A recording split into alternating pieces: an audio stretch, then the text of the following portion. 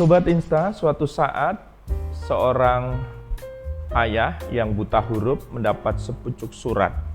Karena dia tidak bisa membaca, lalu dia pergi ke rumah tetangganya untuk meminta tetangganya ini membacakannya.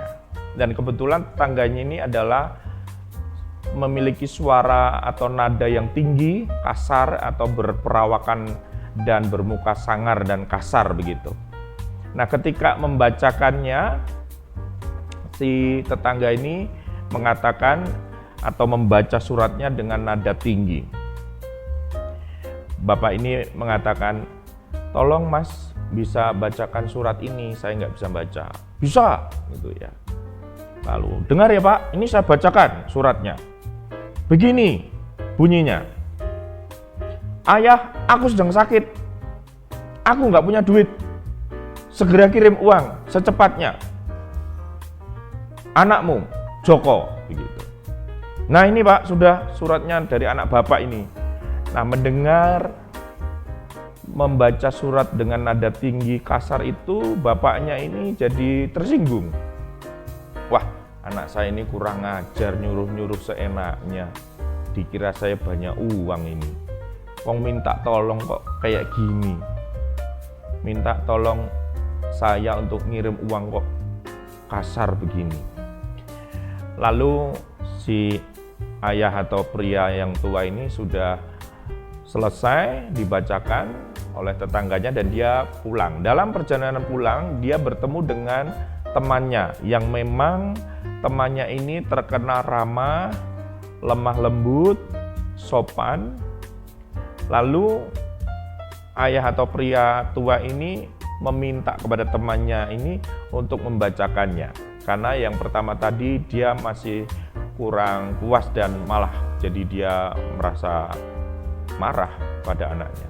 Kemudian dia meminta kepada temannya, Mas bisakah minta tolong untuk membacakan surat ini? Oh bisa pak, coba saya lihat dulu suratnya. Saya bacakan ya, bapak mendengarkan. Oh iya mas. Ayah, saya sedang sakit. Saya tidak punya uang. Segeralah kirim uang secepatnya ya. Anakmu, Joko. Lalu mendengar pembacaan ataupun surat yang dibacakan oleh temannya ini, si ayah ini atau pria tua ini menjadi terenyuh hatinya. Wah, anakku sedang membutuhkan uang. Dia tidak punya uang untuk periksa ke dokter. Wah, kasihan sekali. Dia tidak punya apa-apa. Saya harus segera mengirim uang ini. Dan akhirnya si bapak ini atau ayah ini segera mengirimkan uang supaya bisa dipakai anaknya untuk berobat dan bisa sehat kembali. Sobat Insta semuanya, memang keramahan, kelemah lembutan, kemudian sopan santun, nada yang bisa membuat adem di hati itu perlu dalam kehidupan kita.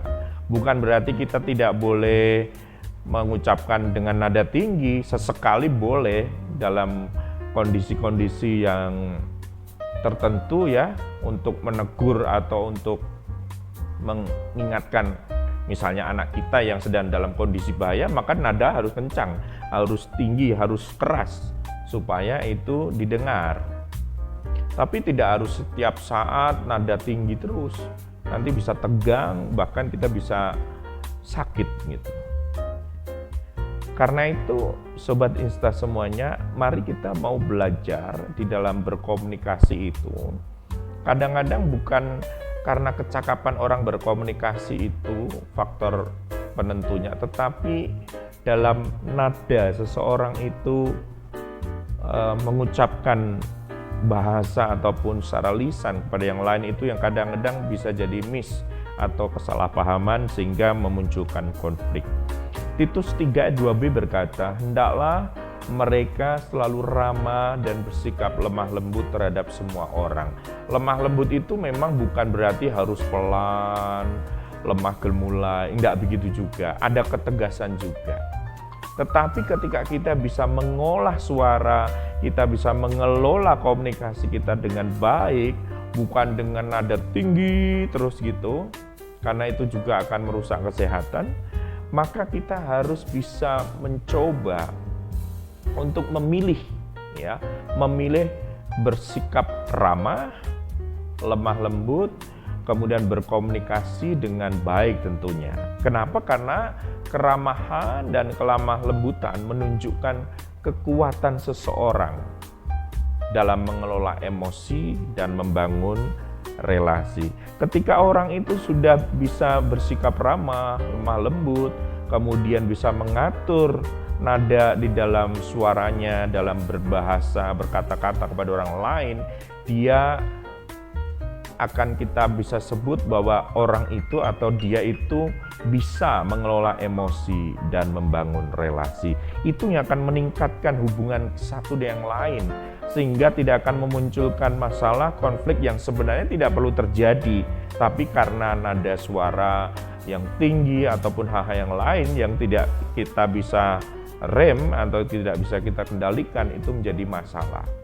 Sekali lagi Sobat Insta, keramahan dan kelemah lembutan menunjukkan kekuatan seseorang dalam mengelola emosi dan membangun relasi.